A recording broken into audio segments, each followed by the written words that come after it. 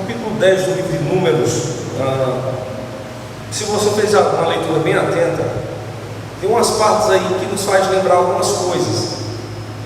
Eu bem sei que boa parte dos irmãos aqui presentes são vindos propriamente da igreja presbiteriana, são filhos de crentes presbiterianos. Uma outra parte não, vem do catolicismo romano, né?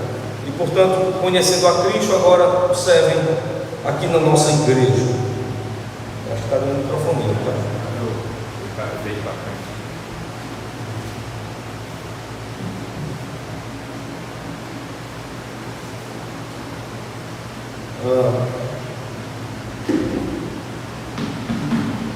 Nós bem sabemos porque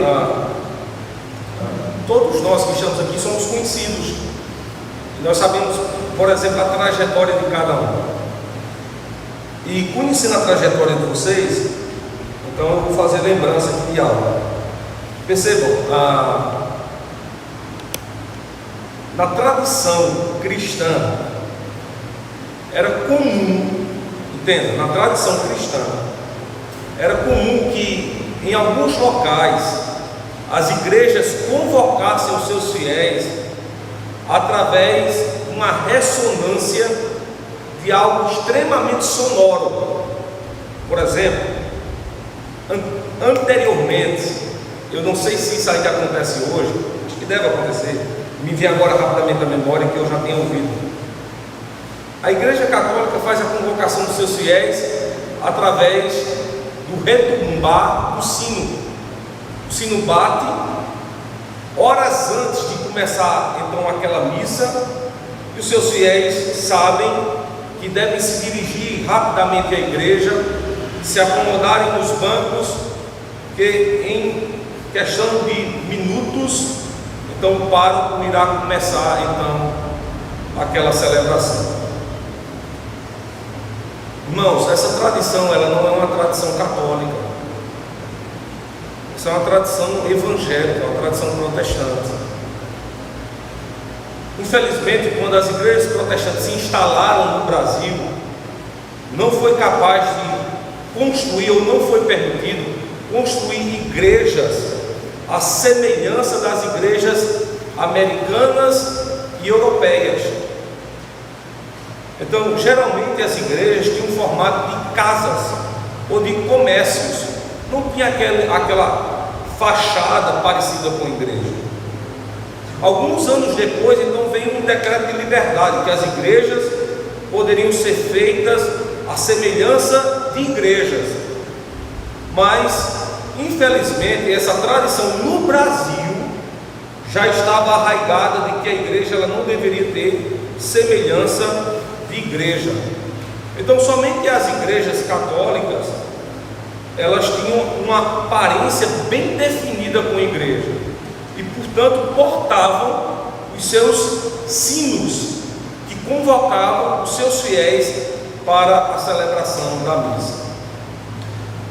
Um dia, se você tiver a oportunidade de ir à Europa ou assistir a algum culto europeu, e não é coisa difícil, basta apenas procurar acessar no YouTube, ou um culto americano, você vai ver que as igrejas elas possuem sinos, e que antes de começar o culto, o sino badala para que os fiéis saibam que o culto está próximo de começar e, portanto, se dirijam rapidamente à sua igreja. E ao chegarem na igreja, eles ouvem uma mensagem de santa convocação, que é semelhante a essa que nós fazemos aqui na nossa igreja.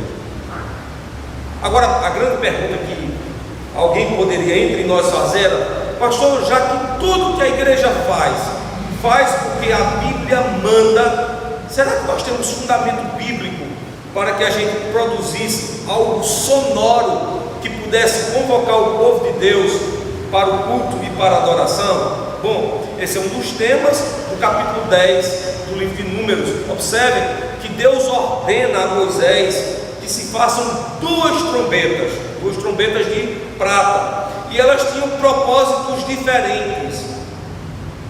Uma servia para convocar o povo à adoração, e E é interessante, irmãos, convocar a adoração precisava de um símbolo sonoro. Não é à toa que o quarto mandamento ele começa diferente dos demais. Lembram de como os mandamentos estão postos? Por exemplo, primeiro mandamento: não terás outros deuses. Começa com a expressão não terás. O segundo mandamento, muito parecido com o primeiro: não farás. Começa com não. O terceiro mandamento: não tomarás. Salte o quarto mandamento e vá para o quinto mandamento. O que é que diz o quinto mandamento? Honrar pai e mãe. A estrutura mandamental terminou. Por quê? Porque entre o primeiro e o quarto, a forma de Deus avisar o seu povo de alguma coisa começa com a expressão de negação. Veja, mas já a partir do sexto mandamento, essa expressão continua. Veja, sexto mandamento: não matarás. Sétimo mandamento: não adulterarás. Oitavo mandamento: não furtarás. Nono mandamento: não dirás falso testemunho, ou não darás, também pode ser falso testemunho. E o 10º mandamento, não cobiçarás. 8 dos 10 mandamentos expressa esse desígnio: não. O 5º mandamento ele é tanto diferente, ele expressa o nosso serviço às autoridades: honrará pai e mãe. Mas o 4º mandamento ele é completamente diferente de todos. Ele começa com o seguinte desígnio: lembra-te hoje do dia de sábado. Veja, por que nós precisamos de símbolos sonoros? E principalmente no tocante à adoração a Deus. Porque nós pecadores, nós temos algo que é perverso em nosso coração. Nós mais nos importamos conosco e com aqueles que estão ao nosso redor do que, infelizmente, com a glória de Deus. Eis o motivo do mandamento possuir essa chave: lembra-te, pois, do dia de sábado. E agora Deus impeliu Moisés para que se fabriquem trombetas para que ressonassem diante da congregação de Israel, para que o povo soubesse que aquele dia e aquele momento era um dia e momento de culto ao Senhor. Obviamente a segunda trombeta tem um outro propósito, que é para seguir a Deus. Observem que quando a segunda trombeta ela é tocada, o povo sai na direção da nuvem, aquela pregação do domingo passado. Para onde a nuvem fosse, o povo a seguiria. Aonde a nuvem parasse, o povo também parava. Há um lembrete aqui: a nuvem é para que os filhos de Deus não fossem fustigados pelo sol. Lembrem-se, irmãos, nós não estamos falando de uma peregrinação num bosque ou num vale, onde as pessoas podem se abrigar no lastro das árvores. Nós estamos falando de uma peregrinação argiosa. O povo está peregrinando em terras de deserto. Então a nuvem é extremamente essencial para que o povo não seja fustigado pelo sol. Mas muito mais do que isso, a nuvem era essencial porque Deus estava presente com o povo. Eu me lembro, irmãos, que quando eu cheguei aqui na nossa igreja, nós tivemos aqui um assunto bem polêmico para tratar. Eu acho que alguns de vocês vão lembrar disso. Quando nós falamos que a nossa morada eterna não será nos céus, havia uma crença no meio do povo de que quando morrermos, ou quando descansarmos em Deus, e quando o Senhor vir que nós formos ressuscitados, para nos apresentarmos perante Cristo, nós viveríamos nos céus, quando na realidade nós fomos levados a entender que nós viveremos debaixo do novo céu, na nova terra, na Jerusalém celestial, que desce do céu, adornada como uma noiva. Mas nós chegamos a uma conclusão, é que Deus estaria nesta Jerusalém, e portanto, se Deus estando nessa Jerusalém, aquele local literalmente era um céu. Em outras palavras, aonde Deus está, literalmente há um céu. E por que eu então lembrei dessa exposição ou desse estudo bíblico que nós fizemos há 5 anos atrás aqui na nossa igreja? Porque o povo de Israel estava peregrinando no deserto. Só que aqui há uma drástica diferença. Deus está entre o seu povo. Então, ao passo que o povo peregrina no deserto, o povo literalmente está no céu. Uma questão eu gostaria de lembrar aqui a vocês. Apesar de nós não estarmos no local que não é o mais confortável, afinal de contas, o local mais confortável para nós são os nossos lares, é a nossa casa.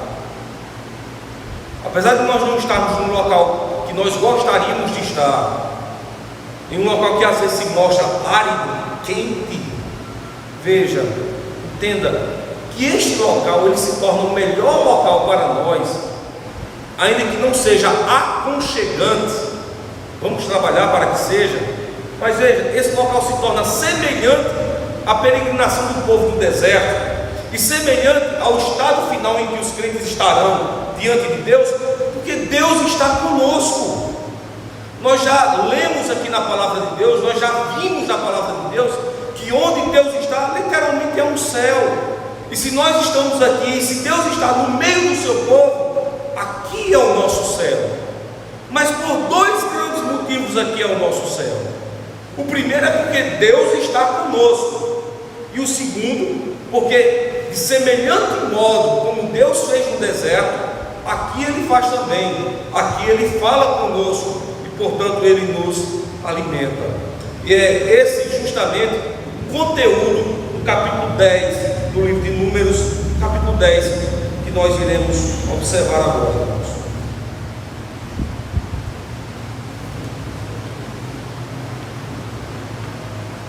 Eu gostaria que você visse a estrutura do capítulo. A primeira parte dele, veja, vai do verso 1 ao verso de número 9. Do verso 1 ao verso 9 nós temos a ordenança do Senhor para a fabricação, portanto, das 2 trombetas. A segunda parte do texto vai do verso 10 ao verso número 28. A segunda parte do texto vai falar sobre a peregrinação do povo de Israel no deserto, como essa peregrinação se dava. Há uma memória no livro de Deuteronômio nos dizendo que durante o tempo dessa peregrinação, as sandálias e as vestes do povo de Deus, elas não se desgastaram. Eu gostaria que você se lembrasse de algo. Veja, Moisés, quando se encontra com Deus no deserto, na forma de sarça ardente, Deus se revela a Moisés, a sarça queimava,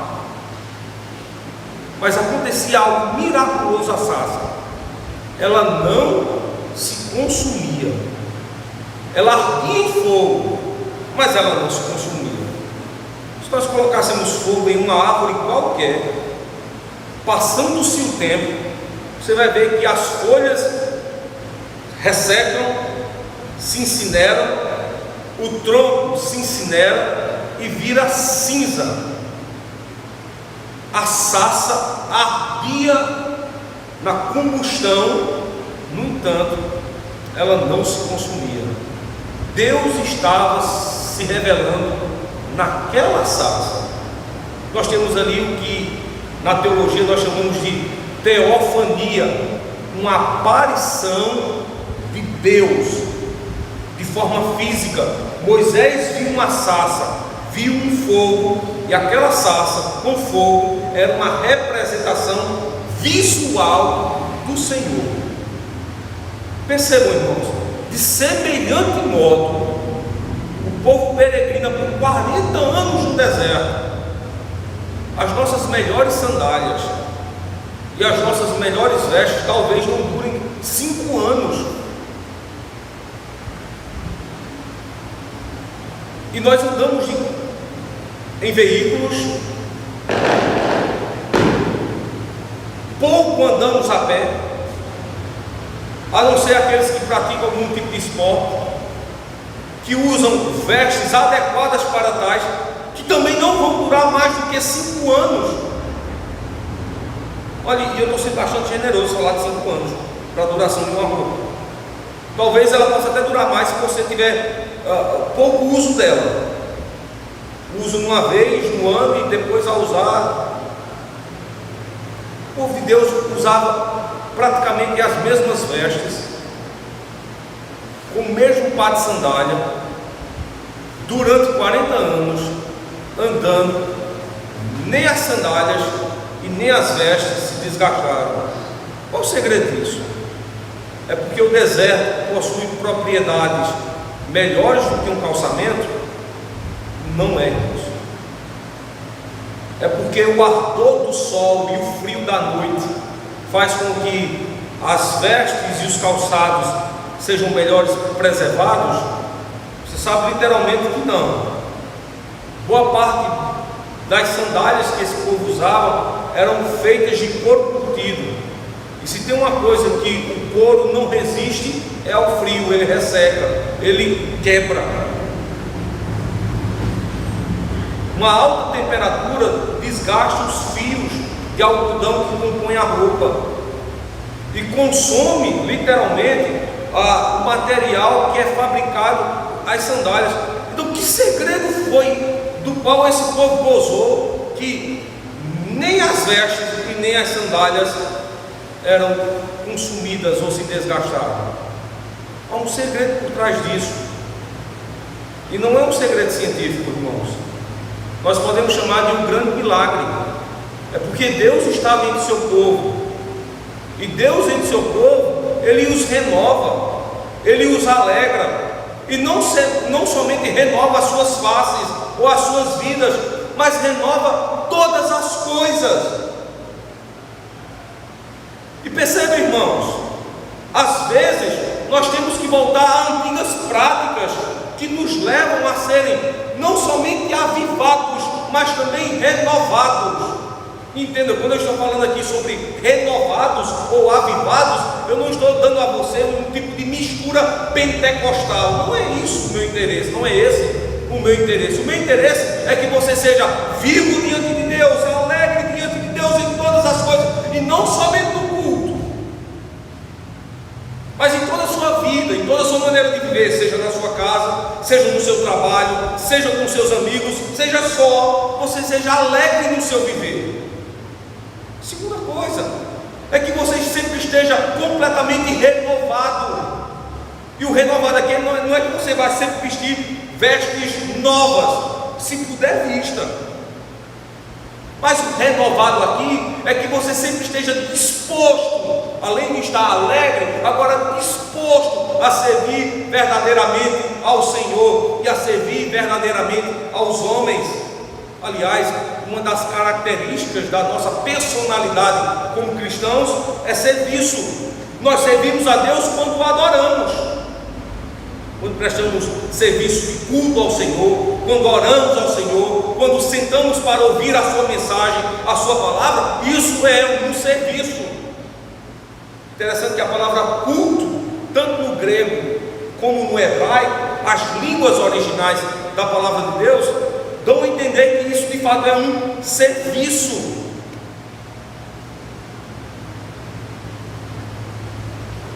Nós estamos aqui trabalhando para Deus, e o nosso trabalhar para Deus é fazendo conforme Ele ordena na sua palavra, adorando a Deus conforme Ele ordena, orando ao Senhor conforme Ele ordena, sentados ouvindo atentamente a sua palavra conforme Ele ordena.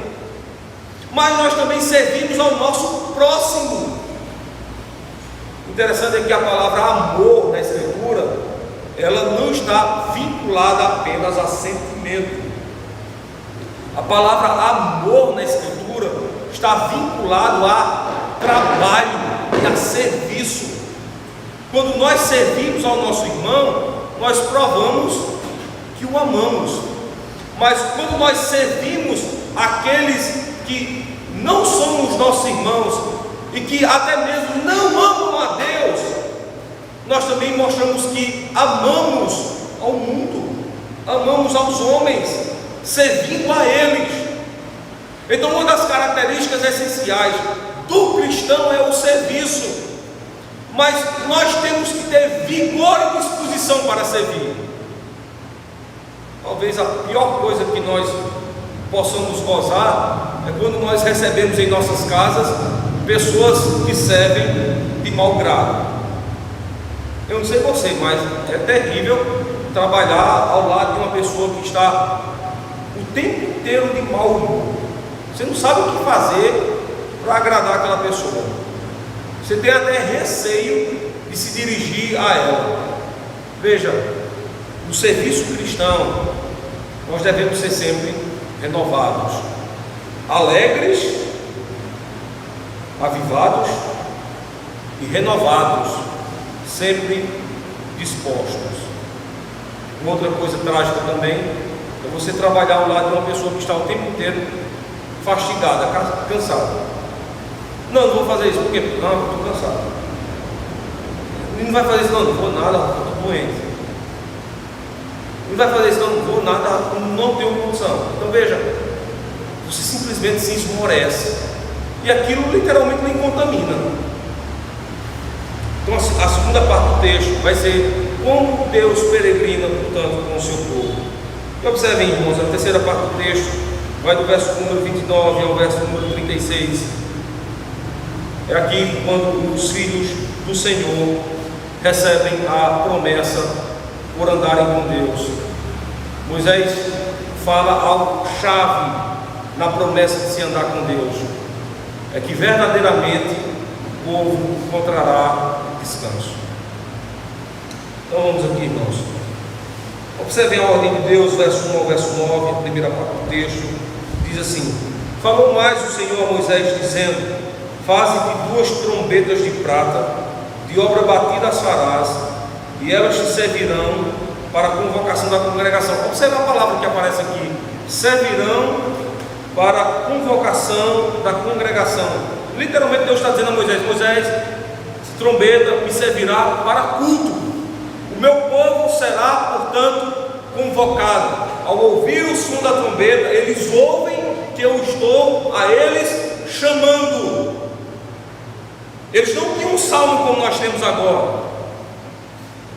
Então eles ouviam o sonido da trombeta. Então eles sabiam que naquele momento eles deveriam parar, se dirigir à casa de Deus. Alguém poderia fazer a pergunta da seguinte maneira: pastor, e eles não sabiam que aquele dia era o dia de culto e que naquele horário era o horário de culto, e portanto eles obviamente deveriam se dirigir à tenda da congregação?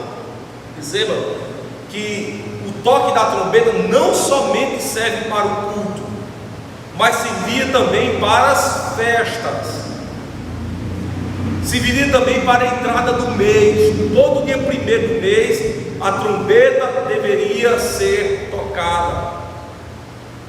Ao entrar uma festa, a trombeta deveria ser tocada. E ao entrar uma festa, entraria necessariamente um culto. Ou seja, festa no entendimento do povo de Deus não era uma comemoração vulgar, onde as pessoas se reuniam para beber e celebrar com pulos, com cânticos, com músicas, as suas alegrias ou as suas conquistas. Mas festa para o povo de Deus era parar juntamente com os demais para adorar ao Senhor. E essa é a nossa tradição. Perceba como é a tradição dos homens. Eles comemoram os feitos deles. Mas geralmente se tem uma festa com uma grande banda e uma grande reunião de gentes. Não é a comemoração do povo do Senhor. Primeiramente, que nós não comemoramos os nossos feitos, Você deve saber disso. Nós comemoramos os feitos do Senhor. Portanto, nós nos alegramos, por exemplo, quando nos lembramos do que Deus fez por nós. Aliás, eu quero até pedir perdão aqui aos irmãos, porque ontem era para me ter dito de um grande feito que Deus fez em minha vida. Ontem foi o dia da Reforma Protestante, dia 31 de outubro, mas ontem também completou 21 anos que eu havia sido batizado. Eu também fui batizado no dia 31 de outubro de 1999. Ou seja, nós comemoramos, não são os feitos que nós conquistamos, mas nós somos lembrados a comemorar dos grandes feitos que Deus fez. Irmãos, e para ser sincero, eu pouco ouço aqui na igreja, aliás, eu nem tenho lembrança de alguém dizer assim: pastor, coloca aí no boletim o dia do culto de ações de graças, o dia em que Deus me salvou, o dia em que eu nasci verdadeiramente, o dia em que eu vi ao Senhor. Aliás, são até poucos crentes que sabem o dia da sua conversão. Não responda para mim não, mas fique envergonhado consigo mesmo. Você sabe o dia da sua conversão? Que dia aconteceu? O dia que Cristo literalmente lhe chamou, que você ouviu aquela doce voz que disse assim: rapaz, eu não posso fazer mais nada, eu tenho que ir ao encontro dele. Para matar vocês de inveja, eu sei o dia da minha conversão. Dia 7 de março de 1999, no dia do Senhor, dia de domingo também. O dia do meu batismo, dia 31 de outubro de 1999, também no dia do Senhor. Eu sei todas as minhas datas, o dia em que eu fui candidato ao Sagrado Ministério, no dia que eu fui aspirante, no dia que eu fui licenciado, no dia que eu fui ordenado, eu sei todas essas datas de cabeça.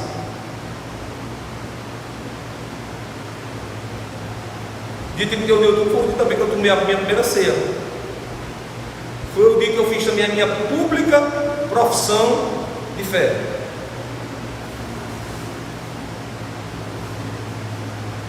Irmãos, essas datas devem estar nos nossos corações, porque elas não são conquistas nossas, são conquistas do Senhor para o nosso benefício, para a nossa salvação. Eis o motivo do quarto mandamento começar, né? Lembra-te. Nós temos uma facilidade imensa de esquecer dos grandes feitos de Deus, e nós temos uma facilidade imensa de nos lembrarmos também dos nossos feitos.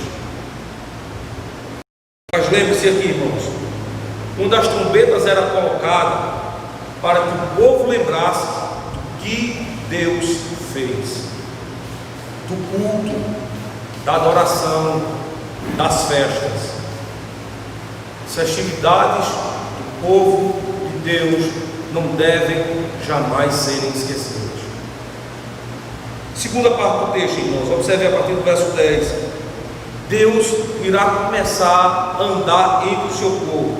No verso 10 temos assim: semelhantemente, no dia da vossa alegria e nas vossas solenidades e nos princípios de vossos meses, também tocareis as trombetas sobre os vossos holocaustos, sobre os vossos sacrifícios pacíficos, e vos serão por memorial perante o vosso Deus. Eu sou o Senhor vosso Deus.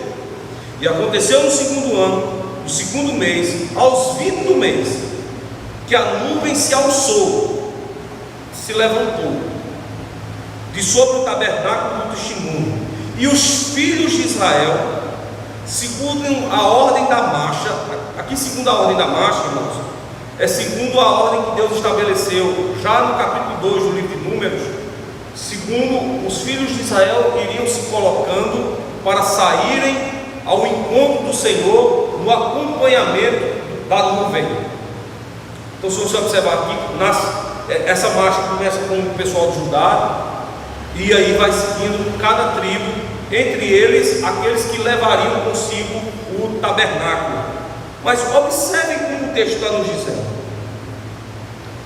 E os filhos de Israel, verso 12, segundo a ordem de marcha, partiram do deserto de Sinai, e a nuvem parou no deserto de Parã. Assim partiram pela primeira vez, segundo a ordem do Senhor, por intermédio de Moisés. Porque primeiramente partiu a bandeira do arraial dos filhos de Judá, segundo os seus exércitos, e sobre o seu exército estava Naasson, filho de Aminadab, e sobre o exército da tribo dos filhos de Isacar, Natanael, filho de Zoar, e sobre o exército da tribo dos filhos de Zebulon, Eliabe, filho de Elon. Então desarmaram o tabernáculo, e os filhos de Gerson e os filhos de Merari partiram segundo o tabernáculo. Depois partiu a bandeira do arraial de Ruben, segundo os seus exércitos, e sobre o seu exército estava Elisu, filho de Sedeu, e sobre o exército da tribo dos filhos de Simeão, Selumiel, filho de Zurissadai, e sobre o exército da tribo dos filhos de Gad, Eliasaf, filho de Deuel. Então partiram os coatitas, levando o santuário, e outros levantaram o tabernáculo enquanto estes vinham. Depois partiu a bandeira do arraial dos filhos de Efraim, segundo os seus exércitos, e sobre o exército estava Elisama, filho de Amiúde. Aliás, Elisama é nome masculino. E sobre o exército da tribo dos filhos de Manassés, Gamaliel, filho de Pedazur. E sobre o exército da tribo dos filhos de Benjamim, Abidã, filho de Gideone. Então partiu a bandeira do arraial dos filhos de Dan, fechando todos os arraiais, segundo os seus exércitos, e sobre o seu exército estava Aiesé, filho de Amissadai, e sobre o exército da tribo dos filhos de Assé, Pagiel, filho de Ocrã, e sobre o exército da tribo dos filhos de Naftali, Aira, filho de Enã. Esta era a ordem das partidas dos filhos de Israel, segundo os seus exércitos, quando partiam. Irmãos, observe, a nuvem sai, literalmente os filhos de Israel os acompanha a nuvem, e cada tribo sai uma após a outra. O que nós podemos ver aqui é um sistema extremamente organizado. Deus organizara de tal modo seus filhos, que à frente você tem um exército que luta, que literalmente são os do exército dos filhos de Judá. Qual a importância de Deus colocar um exército que luta à frente de todo o povo?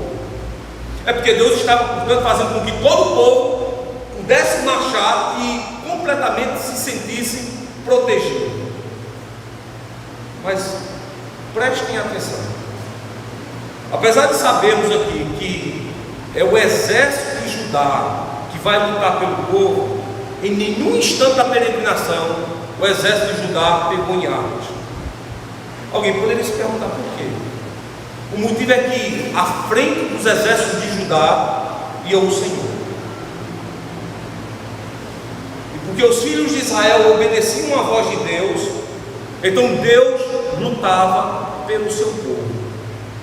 Há uma verdade pastoral por trás disso tudo, irmãos, e que nós deveríamos nos aperceber, sabendo que quando nós somos obedientes à voz de Deus em todos os detalhes, atentem, lá no capítulo de número 2, Deus estabeleceu cada filho que deveria ir à frente do seu povo, para que, em obediência à voz do Senhor, aquele povo pudesse ser abençoado. Você pode dizer assim, mas Deus é extremamente detalhista. É nesses pequenos ou grandes detalhes que Deus provava a obediência do seu povo. E o povo de Deus, por ser obediente a Deus, sequer eles se sacrificavam em alguma coisa, porque Deus lutava e pelejava por eles. Irmãos, o autor de Hebreus é unânime com a voz das Escrituras ao dizer que Deus é o mesmo de ontem, hoje e eternamente. Se nós formos obedientes a Deus nos detalhes que Ele exige por meio da sua palavra, não duvide você que ainda hoje Ele pelejará por nós. Afinal de contas, a batalha da nossa vida, ela não é nossa, a batalha da nossa vida é de Deus. Às vezes nós queremos e almejamos que Deus ouça as nossas orações, que Deus escute os nossos clamores. Mas você já se perguntou se você está sendo obediente a Deus conforme Ele prescreve, nos detalhes da Sua palavra, certamente essa obediência que nós deveríamos ter para com Deus, ela foge ao longe.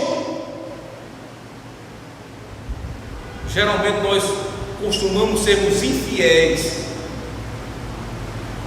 e as nossas práticas, na verdade, contrariam o mandato de Deus. E aí nos caímos a perguntar: por que eu sofro tanto? E por que a vida de fulano é bem mais fácil do que a minha? Ele ou ela tem de tudo, eu trabalho e não tenho nada. Eu me esforço e não consigo. Sempre há problemas de saúde, sempre há problemas disso ou daquilo. Eu gostaria de possuir isso porque eu preciso disso. E por que eu não tenho? Olha, irmãos, não sei se você sabe, mas a bênção de Deus é uma consequência da nossa fidelidade ou da nossa intimidade com Ele. E quando aqui eu falo de fidelidade e intimidade são palavras sinônimas. Se eu sou íntimo de Deus, então é porque eu faço aquilo que Ele quer que eu faça. Deus não andará conosco se nós andarmos quebrando a Sua palavra. É interessante, ontem eu disse aqui, irmãos, há uma facilidade imensa de lembrarmos de Deus na dificuldade, mas nós deveríamos lembrar de Deus todo instante, quer na dificuldade, quer na alegria, quer nos momentos estáveis. Nós deveríamos nos lembrar de Deus o tempo inteiro e andar conforme os seus mandamentos. Veja uma das provas de que Deus ama o seu povo. Ele mandou que Moisés construísse, portanto, fabricasse uma trombeta para que o seu povo ouvisse o sonido e fosse ao arraial para adorá-lo, para que o povo não pecasse contra ele.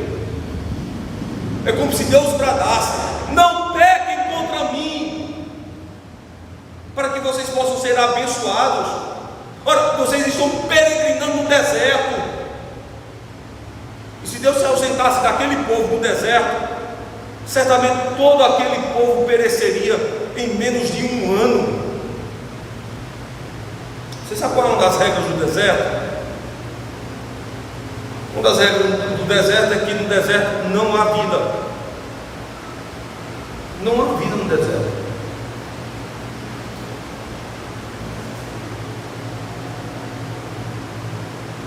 Sabe qual é a segunda regra do deserto? É que no deserto só há vida para aqueles a quem Deus dá vida. Você sabe por que Israel estava com vida no deserto? Porque Deus deu vida ao seu povo.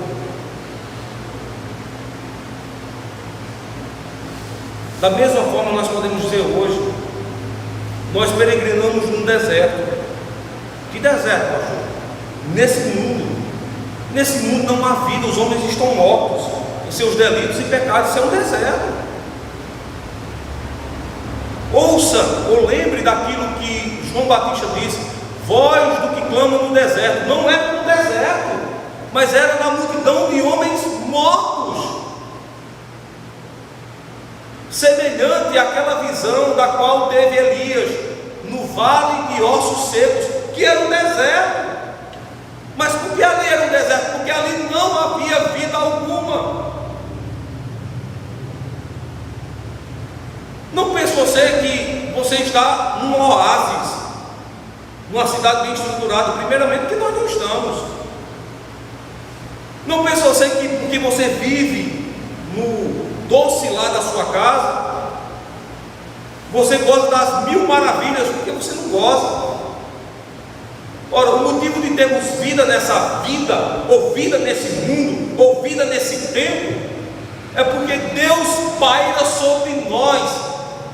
Se Deus se retirasse das nossas vidas, nós seríamos diariamente angustiados, angústias de morte. Portanto, só a vida onde Deus está. E se o povo foi preservado com suas vestes, com seus calçados, era porque Deus estava entre o povo. Então ouse ser obediente a Deus nos mínimos detalhes, irmãos. Nos mínimos detalhes. Nos esforcemos para isso. Alguém pode reclamar e dizer assim: pastor, mas a probabilidade de ser obediente a Deus nos mínimos detalhes é muito pouca. O que é que eu devo fazer? Ora, esse povo aqui clamava ao Senhor e pedia a Deus por misericórdia. Faça do mesmo modo, busque a Deus, clame por misericórdia, diga: Senhor, me ajude, eu quero ser fiel a Ti, Senhor, me ajuda a ser fiel a Ti. Agora, ouse ouvir aquela voz da qual Josué proclamou para o povo: esforça-te e tem bom ânimo. Às vezes nós pedimos por sermos fiéis a Deus, mas a primeira coisa que fazemos é sermos infiéis. Não espere que Deus vá vir descer do céu, pegar no seu braço e dizer assim: olha, você vai ter que fazer desse jeito, dessa maneira. Ora, Ele já está fazendo isso, ministrando sobre você a palavra dEle. Já está ministrando a você a palavra dEle. Então você ouve a palavra e segue os mandamentos do Senhor. Terceira parte do texto, irmãos. Qual a consequência de eu ser obediente a Deus? Eu aprendi aqui na segunda parte que Ele caminha comigo. Mas o que é que Ele me dá? Veja só, verso 29. Disse então Moisés ao Gade, filho de Reuel, midianita, sobre Moisés: nós caminhamos para aquele lugar de que o Senhor disse: vos darei, vai conosco e te daremos e te faremos bem, porque o Senhor falou bem sobre Israel. Porém ele lhe disse: não irei, antes irei à minha terra e à minha parentela. E ele disse: ora, não nos deixes, porque tu sabes onde devemos acampar no deserto, nos servirás de guia, e serás que, vindo tu conosco, e sucedendo o bem que o Senhor nos fizer, também nós te faremos bem.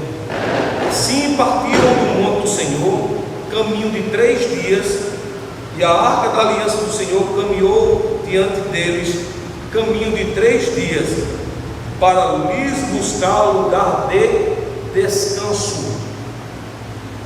Vejam, ouviram a voz do Senhor, saíram do monte onde estavam, caminharam por 3 dias para achar descanso. O que seria esse descanso? Verso 34. E a nuvem do Senhor ia sobre eles de dia, quando partiam do arraial. Veja, a nuvem de Deus, como se fosse um anjo, ia sobre eles, e no percurso da nuvem eles andavam. A nuvem parava, eles paravam. Depois de uma caminhada de 3 dias, encontraram descanso. Alguém agora pode se perguntar: que nuvem é essa que agora dá descanso para um povo? Um povo que está cansado de uma caminhada por 3 dias. Que nuvem é essa que faz agora com que o povo tenha paz? Porque a palavra descanso aqui é aquele descanso do qual gera paz. Que descanso é esse que agora faz com que o povo tenha paz, mesmo estando em um deserto? Irmãos, abra a Bíblia de vocês aqui no livro de Mateus, capítulo 11, verso número 28. Vamos descobrir aqui a titularidade da nuvem e uma característica pertinente a ela. Diz assim: 28 do verso, capítulo 11, verso 28 do livro de Mateus. Vinde a mim, é o chamado do Senhor. É o mesmo chamado que acontece lá em Números capítulo 10. Venham após mim, todos os que estáis cansados por causa da peregrinação no deserto. Ora, eles não somente peregrinam, lembrem que os filhos de Coate trazem consigo o quê?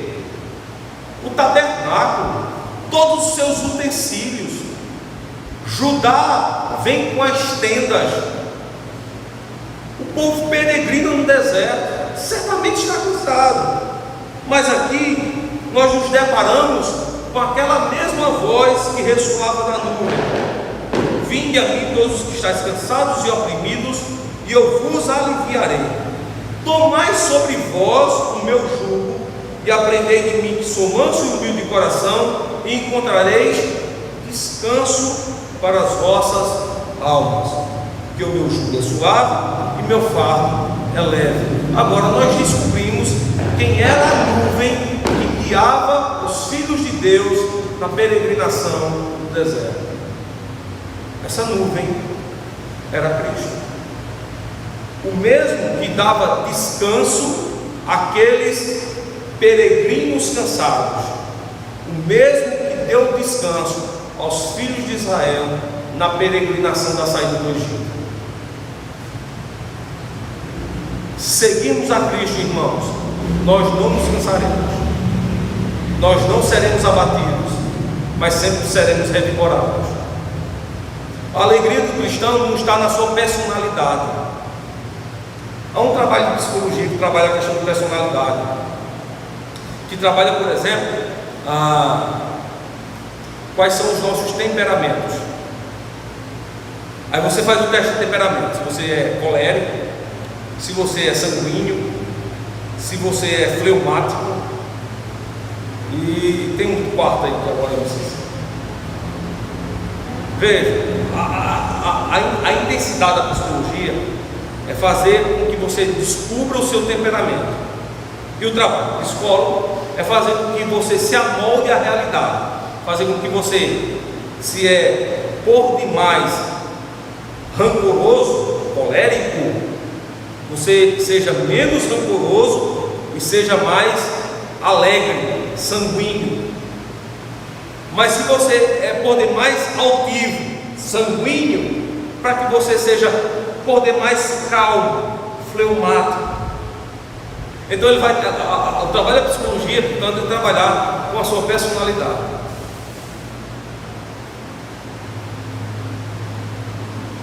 Bom, o trabalho de Deus é completamente outro.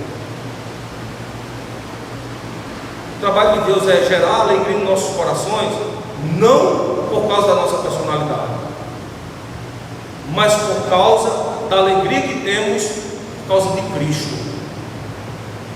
Se você colocar um sanguíneo, um colérico, um fleumático e um quarto, que agora esqueci o nome, no mesmo ambiente, no mesmo local, e sobre eles você der a eles a satisfação do coração deles,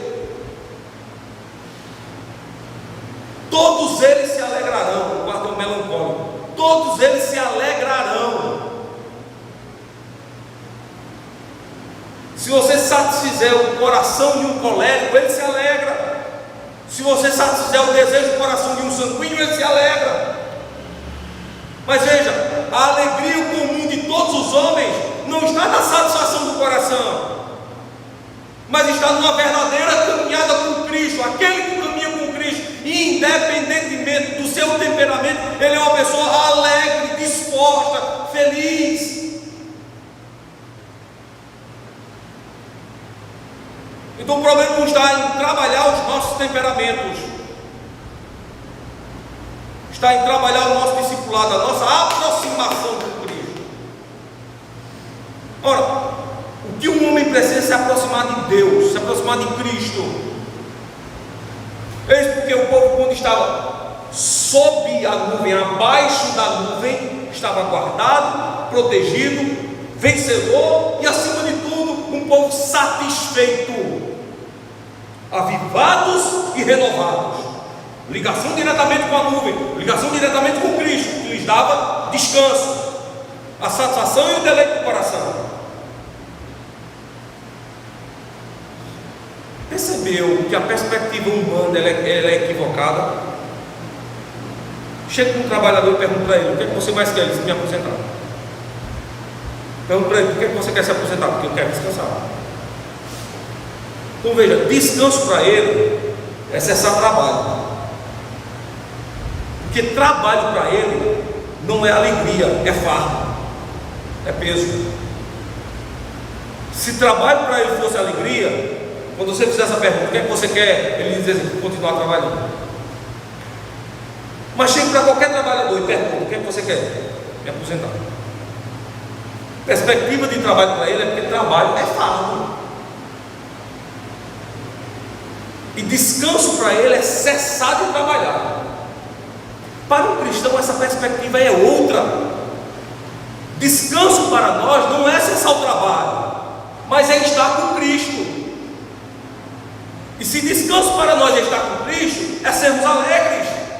Lembre daquilo que diz o salmista: até a tristeza diante dele salta ou jubila de alegria. Então, quer trabalhando, quer na acomodação dos nossos lares, quer na igreja, quer na rua, quer em público, quer no privado, a satisfação do cristão é, estando com Cristo, ele está sempre alegre. Segunda grande verdade disso: por que Deus caminhava com o seu povo através da nuvem?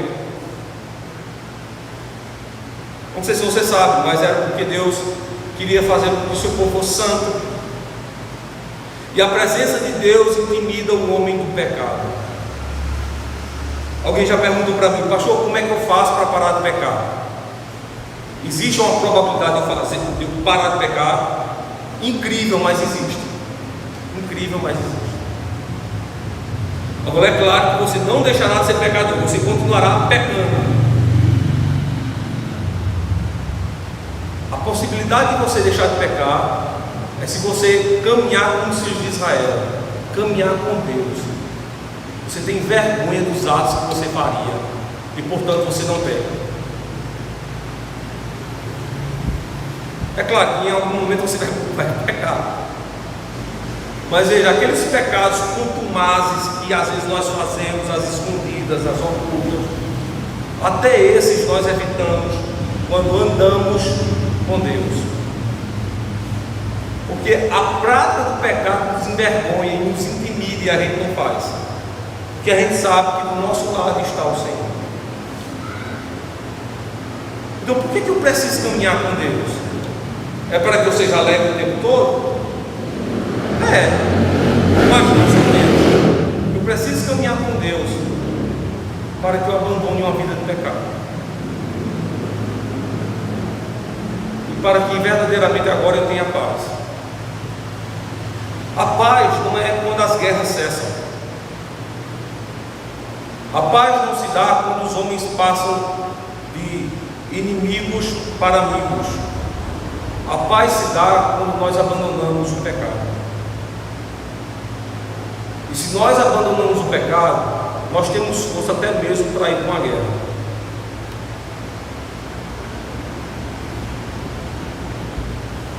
Irmãos, nós precisamos andar com Deus não somente para sermos alegres, mas para que nós sejamos santos. Por isso que nós precisamos andar com Deus. Então, diariamente, tenhamos a alegria para andar com o nosso Senhor. Por fim, irmãos, eu quero encerrar lendo aqui as palavras de Moisés para o povo de Israel, e ele diz o seguinte, verso 35: acontecia que, partindo a arca, Moisés dizia: levanta-te, Senhor, e dissipados sejam os teus inimigos, e fujam diante de ti os que te odeiam. Qual é a perspectiva de Moisés aqui? Se Deus vai com o povo, os inimigos são dispersos. Se Deus parasse no trajeto, veja, verso 36, e pousando ela para o nuvem, dizia: volta, Senhor, para os muitos milhares de Israel. Qual é a perspectiva de Moisés agora? Se o Senhor caminha, é porque vai lutar contra os inimigos. No entanto, se ele para, é porque ele virá ao nosso encontro. Volta para os milhares de Israel, para que o povo descanse e tenha paz, para que o povo seja feliz, alegre e lute contra o pecado, seja santo. Que a nossa oração e o nosso desejo não seja verdadeiramente isso: caminhar ao lado de Deus, para que a gente possa ter descanso, para que a gente possa ter paz, para que a gente não ame o pecado. Deus nos abençoe, irmãos, em em nome de Jesus. Quero convidá-los para a gente, nesse momento, se coloque de pé. Nós vamos fazer uma oração de gratidão ao Senhor. Nós vamos receber a bênção divina. Em seguida vamos cantar o cântico de número 159 do nosso hino. Senhor Deus Santo, nós te agradecemos, porque nesta manhã o Senhor nos ensinou a importância de andarmos contigo. Nós te agradecemos, Senhor, porque o Senhor nos convoca para que estejamos em tua presença, quer no culto, quer na vida comum, quer na vida privada. Nós somos chamados por meio de santa convocação. Santo Deus, agora nos ensina a como não pecarmos contra ti e termos uma vida cada vez digna diante do Senhor. Abençoa-nos, ó Deus, para que em tudo nós possamos te ser gratos, e derrama sobre nós as tuas misericórdias, para que em tudo possamos nos lembrar de ti. Ser conosco, Senhor, e traz ao nosso coração a mesma promessa que o Senhor deu aos filhos de Israel: descanso e paz por andarem em tua presença. Santo Senhor, nós te louvamos pelos grandes benefícios que a nós o Senhor tem feito, e te louvamos por meio de Jesus Cristo, o Senhor, que vive e que reina para todo sempre. Amém.